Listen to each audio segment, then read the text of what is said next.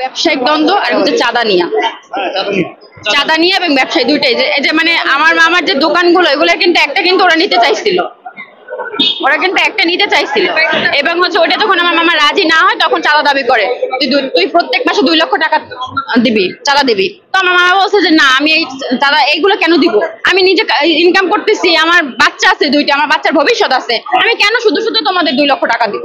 হ্যাঁ, তোমরা যদি কাজ করো তাহলে তোমাদের দিতে আমি বাধ্য, কিন্তু তোমরা কিছু করবা না, হুট করে আইসা ভাঙচুর করে লুটপাট করে বলবা যে টাকা দাও, ওটা তো আমি দিব না। তো এটাই হচ্ছে আমার মামার জীবনের কাল। এটা বলার পরে কিন্তু আমার মামার 7 তারিখ থেকে কিন্তু আমার মামার প্রতি এইগুলো পরিকল্পনা করা হয়। আমি কিন্তু বারবার ভিডিও ফুটেজ কিন্তু একটা ইয়া হয়েছে, আপনার কোন চ্যানেল জানি এটা রিপোর্ট করছে, চ্যানেল 24, উনি কিন্তু অনুসন্ধান করার পরে কিন্তু বের হয়েছে যে 4র্থ শ্রেণীর কর্মকর্তা মোফাজ্জল হোসেন বাবুলের কিন্তু অফিসে কিন্তু পরিকল্পনা করা হয়েছে মামাকে কিভাবে মারবে। কিন্তু 2 দিন আগে থেকে, এবং আমার মামা কিন্তু এটা টেরও পায়। বের পাওয়ার পর কিন্তু আমাদের বলে যে আমার আর মায়ের বাঁধনে বাইধো না, আমারে তোমরা মায়া থেকে ত্যাগ করে দাও। এটা বলছে পর আমরা বুঝতে পারি নাই, কিন্তু 9 তারিখে কিন্তু আমার মামাকে বাসা থেকে ফোন দিয়ে বের করা হয়, তুমি তাড়াতাড়ি আসো, তোমার গোডাউনে তালা দেওয়া হয়েছে, তুমি তাড়াতাড়ি আসো। আমার মামা বলছে যে আমি কি তাহলে লোকটোক নিয়ে আসবো। এই যে রাকেশ বলতেছে, ও কিন্তু ফোন দিছে আমার মামারে, ফোন দিয়ে বলতেছে যে তুমি বাসা থেকে বের হয়ে আসো। আর এই কথা কিন্তু আমার না, এটা হচ্ছে কি আমার ভাই বোন দুটা বাসায় ছিল, তখন ওরা কিন্তু ওদের সামনে বসে আমার মামা কথা বলছে, এবং আমার মামা বলছে যে আমি কি বের হয়ে আসবো, মানে আমি কি লোক নিয়ে আসবো। বলছে যে না, লোক নিয়ে আসা লাগবে না, তুমি একাই আসো। তাহলে আমরা কি বুঝি না এটা কইতে যে বাচ্চা দুটো তো মিথ্যা বলবে না, বাচ্চা দুটো কিন্তু বইলা গেছে, মামা বইলা গেছে যে এটা কিন্তু রাকেশ। তো রাকেশ বারবার আমরা কিন্তু মেইন কালপিট গুলারই ধরতেছি না। রাকেশ যদি ফোন দিয়ে বের করে, এবং যদি আমার মামা কিন্তু জিজ্ঞেস করছে যে মানুষ নিয়ে আসবো, লোক নিয়ে আসবো, ও বলছে না, তাহলে ও ফোন দিয়ে বের করার পরে কিন্তু আমার মামা মিটফুটে যায়। তাহলে ও কি এখানে আসামি না, ওকে এটা দায় না, ও তো দায় এখানে, তো ওকে কেন অ্যারেস্ট করা হচ্ছে না। এবং এটা কিন্তু কথা কিন্তু বাচ্চা দুটো বলছে, আমি ওকে বারবার বলছি যে বাসা থেকে যে বের করে আনছে তখন কি তোমার মামা কিছু বলছিল যে কারা ফোন দিয়েছে বা কে ফোন দিয়েছে, তখন কিন্তু স্পষ্ট বাচ্চা দুইটা বলছে যে রাকেশ ফোন দিয়ে বাসা থেকে বের করছে।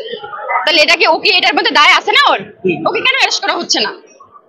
আমরা চাচ্ছি যে যারা এটার সাথে জড়িত তাদেরকে দ্রুত অ্যারেস্ট করা হোক এবং এই বিচার কার্যটা শেষ করা হোক, এটাই আমাদের দাবি। 2 নাম্বার টিটু এখনো অ্যারেস্ট হয়নি, আর আপনার 14 জন আসামি অ্যারেস্ট হয়েছে, 14 জনকে অ্যারেস্ট করছে, 9 জন হচ্ছে আপনার এজাহারভুক্ত এবং বাকিরা হচ্ছে কি আপনার অজ্ঞাতনামায় তাদেরকে অ্যারেস্ট করা হয়েছে। এখন আমরা তো চেষ্টা করতেছি, আমরা তো বলতেছি, প্রত্যেকটা মিডিয়াকে একটা কথাই বলতেছি যে যারা এটার সাথে যুক্ত আছে তাদের প্রত্যেককে যেন আইনের আওতায় এনে সর্বোচ্চ শাস্তিটা তাদের যেন দেওয়া হয়। এর বাইরে আমাদের আর কোনো চাওয়া নাই, এই একটাই চাওয়া।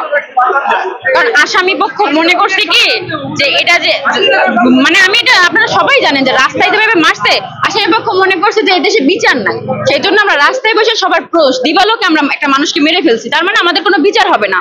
এই যে বিচার হবে না, এই যে মানসিকতা ওটা চেঞ্জ করতে হবে, প্রথমত ওদের মানসিকতা চেঞ্জ করতে হবে, সর্বোচ্চ শাস্তিটা দিয়া ওদেরকে বুঝাতে হবে যে না, আমাদের মানে ওদের যে চিন্তা চেতনা, ওদের চিন্তা ভাবনাগুলো আসলে একদম ভুল, ভিত্তিহীন, এটা আর কি সঠিক সুষ্ঠু বিচারের মাধ্যমে প্রমাণ করতে হবে। এইটুকুই আমি বারবার বলতেছি যে সরকারকে বিনীত অনুরোধ যে এটা আপনাদের খুব গুরুত্ব সহকারে দেখে বিবেচনা করে অতি দ্রুত এটা মানে শাস্তি, যে সর্বোচ্চ শাস্তিটা এটা কার্যকর করা হোক, আমার এই একটাই চাওয়া। যেই আসে বা আমাদের বাহিরে কোনো রিলেটিভ আসে বা যেই আসে মানে বলে যে আপু মনে হয় আমার বাবা আসছে, আমার বাবা মনে হয় কি মানে আসছে ফিরে আসছে, আমার তো মনে হয় না আমার বাবা গেছে, এরকম কথা বলে আর কি আমার ভাই। আমার মামার ভালোবাসা তো আর আমরা দিতে পারবো না, আমরা যথেষ্ট পরিমাণে চাই যে আমার মামার অভাবটা আমরা পূরণও করতে পারবো না যতই হোক, কিন্তু আমরা চাই ওরা সবসময় এটা যদি না বুঝে যে আমার বাবা নাই, এই জিনিসটা আমরা যথেষ্ট পরিমাণে চাইতেছি আর কি। পূরণ করা যাবে না, বাবার যে ভালোবাসাটা এটা তো আর আমরা পূরণ করতে পারবো না।